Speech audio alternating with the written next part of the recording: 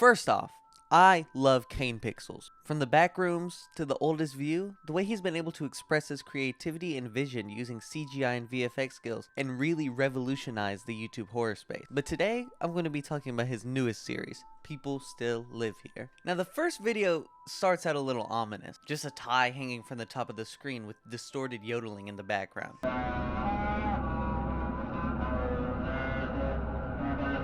Then we see a felt hat and a person's face upside down, contrasted with moving gear. After that we see a toy, a Loffen head yodeler, a gag toy that twirls its tongue around and spits water at you. Then we see a person close their eyes as the screen slowly fades into a blue sky. As it fades, we hear this, which is sped up Morse code. So if you slow it down and translate it, it says, "And my body has become one with a faraway land. I am the meadow and the sky all around. You work on the land, and so you work for the land. And in return, the land accepts you. You may think your work is finite and conclusive when the time comes to depart, but the land will always remember what you gave to it. And in time, you and your work will live on through the land." So basically, all we know for 100% certainty from this video is that this guy pulls the string on the yodeler, making the toy activate, before he either passes away or falls asleep. And I don't know about you, but I don't think I could fall asleep to this. To then experience this familiar blue sky. The next video starts with a loading screen that has some sort of developer called Marathon 8 Software Incorporated. Then a screen appears that says, "This interactive video game is a comprehensive reconstruction of the events experienced and documented by Clifton J. Saywell between 1934 and 1946. Then another screen says, "In memory of Clifton J. Saywell." Now we see your typical 2005 video game intro screen. After you click continue, you're greeted with this message: "You lie awake, unable to take your mind off what you discovered out in the swamp. Tomorrow, you will return to that place. Do you remember the overgrown man from when you were a child? He said you must go to the meadow alone. You always wondered what he had meant by that." Then we get transported into a mysterious swamp with strange wooden poles pointing to the sky and some sort of temple building that looks very reminiscent of the Wampanoag tribe's building. But we'll talk more about that later. After you enter the temple, you walk into some sort of liminal space that feels cold and looks weirdly futuristic. As you pass through the space, your first day starts. Your goal is to find 3 items: a Native American wampum, a watch, and an air compressor. A very strange set of items, but I want you to remember the wampum. Now, this takes you to a place with green hills, blue skies, and a couple structures here and there, which includes this castle-like structure we escaped from and this windmill we see at the very beginning. Now, the first item our main character finds is the watch at this picnic blanket, and after finding that, we see a shed in the background, so we go to it, and we find 3 paintings, which are the blind leading the blind painting. So that phrase is a common idiom, which means a situation where someone who is ignorant or incompetent is guiding or advising another person who is equally ignorant or incompetent, which is based on Matthew chapters 15, and one depicting a young child in Tyrolean clothes, much like the Loffen head yodeler, as it is sometimes called the Tyrolean yodeler, and a painting depicting what seems to be a stairway. And what I see most people say is it's a stairway to heaven, which would tie into some of the religious themes of this game. Anyway, we also see a strange electrical box, and on the table we find some sort of cryptic diagram, so we process it and keep going on our journey. On our continued journey, we find a fountain that has one of our items on a bench, the wampum. Shortly after that, we come across the strange structure from our diagram, and after looking at it for a while, we remember our handy dandy diagram, and voila! It shows us a faraway land. That's our next stop. As we walk towards our next objective, we hear what seems to be a train noise coming towards us. Then it is revealed what's making this noise for a split second here and there, but we keep moving forward. Then we find a hidden underground entrance, and we enter it and get through the fence via the sewer. So, we enter the building, and as we walk in we see this logo, which is the logo for the real-life company Equinix, which is a digital infrastructure company. So this seems to be a huge data center, but we'll see what that means in a second after we glitch out for a few seconds and find this weird door with a lever to open. And where there's a lever, one must pull. So we pull it, open the door to find a huge server room, find a new friend, and he says this: "Thank goodness, finally someone has opened the door. I've been stuck in this room forever." "The shepherd's not mad, is he?" I was just trying to look at the computers to see where my favorite people were moved to. It's been a long time since I've read computer works, though, so I can't figure out how to get their location out of the machine. I think it's time for me to go home. Thank you for opening this door. He mentions two things that seem to be important. One, the shepherd, which when I first watched the video, I thought he meant a literal shepherd, but it's also the name of a tool most often used in Linux operating systems to help with backend code to move more smoothly. But I think in the context of the game, he behaves as a regular shepherd too, but we'll talk more about that later. 2. He was looking at the computers to see where his favorite people were moved to, and that it's been a long time so he doesn't remember how to get their location out of the computer. Then he leaves. After investigating, we find our final item, the air compressor. So as we leave, we see our new friend on the other side of the fence, and he says, "Hey you! Over here! Hey you! Over here! Hey! You're not going to tell anyone I was here, are you? I mean, you're technically allowed to, but I would really appreciate it if you didn't. I don't want people to think I'm spying on their thoughts. I wouldn't do that." He mentions he wouldn't want people to know he's spying on their thoughts. What? Okay. Anyway, this in combination of him mentioning the shepherd and his worry if he's upset or not makes it seem very strange, but that doesn't last for long.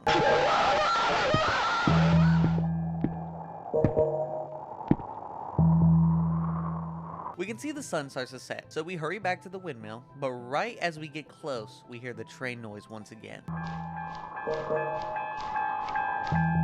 But we are able to escape before it gets to us, so that marks day 1 as complete. The next video in the...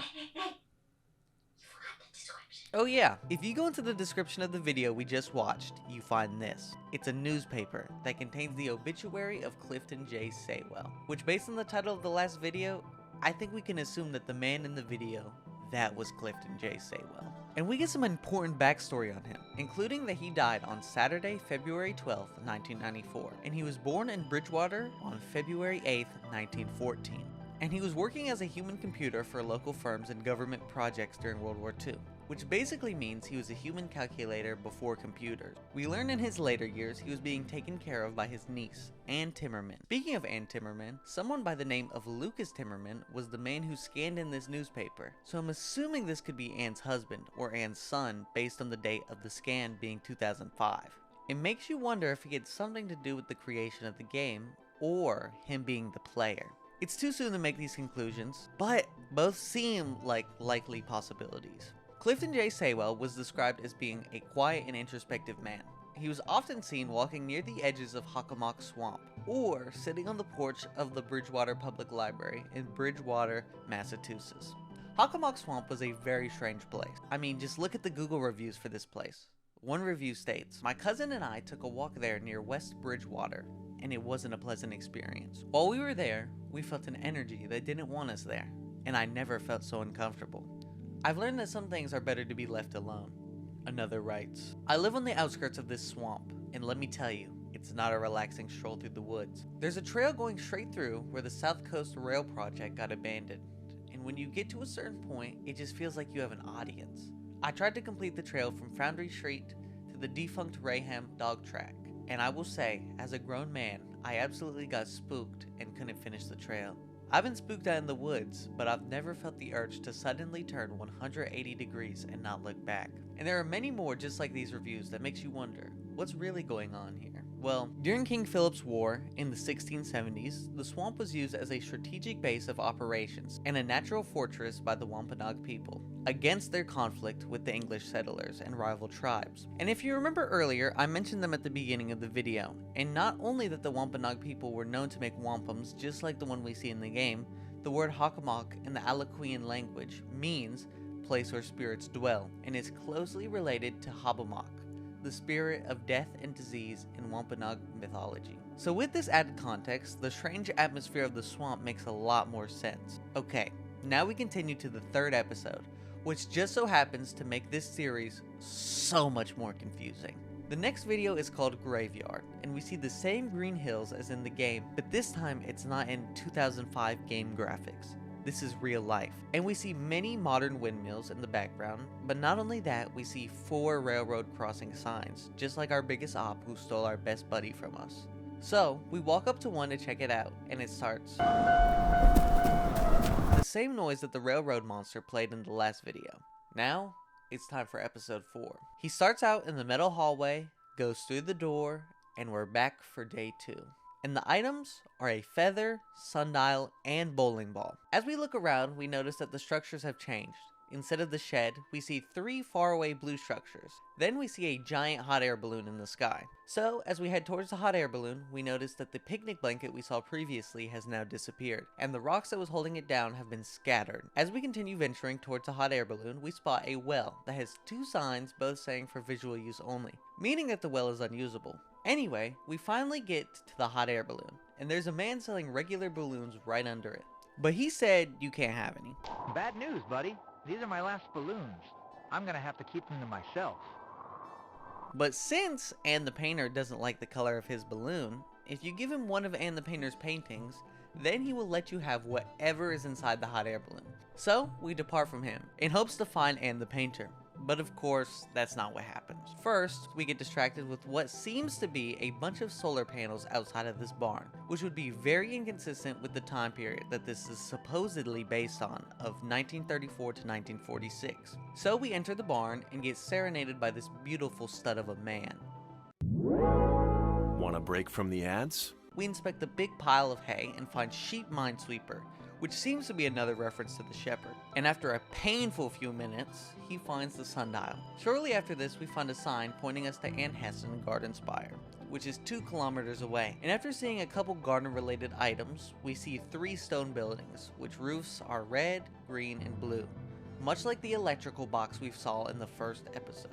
And a gazebo on top of the hill, where we find Anne herself, and she does not like that you are intruding upon her personal space. She says, Goodness, look at you intruding upon my personal space. Can't you see I'm in the middle of an illustration? No matter. I've been struggling to complete this piece for a long while. Could it be that you're the assistant the shepherd promised me? I was beginning to think he had forgotten. Let's test your artistic eye. Where should my last portion of lime green paint go? The assistant the shepherd promised her? Something is strange about this man. After our character does the easiest minigame known to mankind, Anne thanks you for your help with her painting and sends you to take any painting of your choice. So, you find a painting you want, but we also find something else. A sewer that has running water. But our main character then goes against the current and hears this.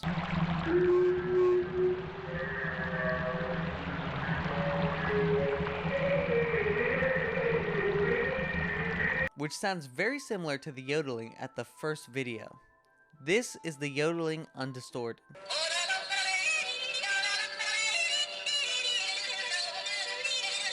But after that strange encounter, he dips out of there as fast as possible. And we start heading to the balloon before nightfall. But one issue. After it turns dark, the text appears on the screen, saying the shepherd is coming. As we get close to the balloon, we encounter the shepherd. And he chases us back to our spawn, and we don't deliver the painting to Balloon Boy. But if we look at Anne's painting, doesn't that look familiar? And now, the last video in the series so far. It starts out, our main character looking at the sky, and rather than a video game, it's another live action video. But rather than it being in the low quality digital camera, it seems to be in a much higher quality. I mean, just look at the difference. Our main character looks down to see what seems to be a bunker with some strange mechanical looking objects above with power lines to the left. The video ends after hearing a train noise in the distance. If you look in the description, it says, video taken sometime between April 2023 and September 2024. Context. Previously unimpacted individual is granted natural passage to Meadow Outland Steps, uncertain locality, via direct structure in Northern California, USA. Additional footage was found along with this 18-second clip and is currently being reviewed for potential release. Which is strange because all of the other footage was set in 2005, so this is almost 20 years later. And not only that, this is via a structure in Northern California, not Massachusetts. So now that we have all the pieces to date, let's see how we can put them together. First, we have to understand the Wampanoag tribe. But let's again speak about the King's Philip War in 1670s. During this war, the Wampanoag tribe was exposed to many diseases from the whites. So in battle, they would often invoke Hobbamock, because Hobbamock was linked to death and misfortune. He was also seen as a spirit who could cause or prevent epidemics. Since he was linked to death, he was also linked to the afterlife and the transition from life to death.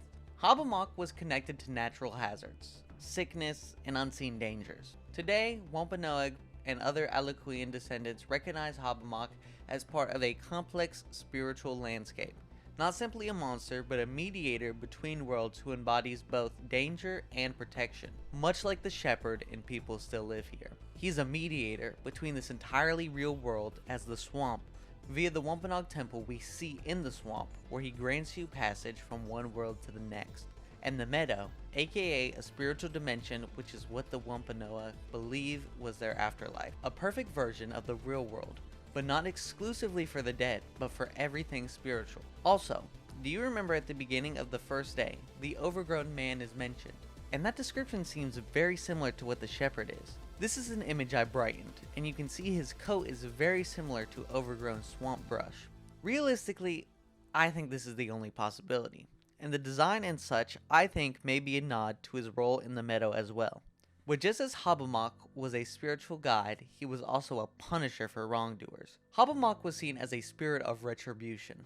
If someone broke taboos, mistreated the land, or acted arrogantly towards spiritual forces, Hobbamock might bring justice to them. This made him both feared and respected. He maintained the balance between humans, nature, and the spirit world. So just as he most likely was the reason Clifton J. Saywell was in the meadow, he also had to bring justice to Saywell, because of him disturbing the peace of the meadow with his theft of artifacts and items.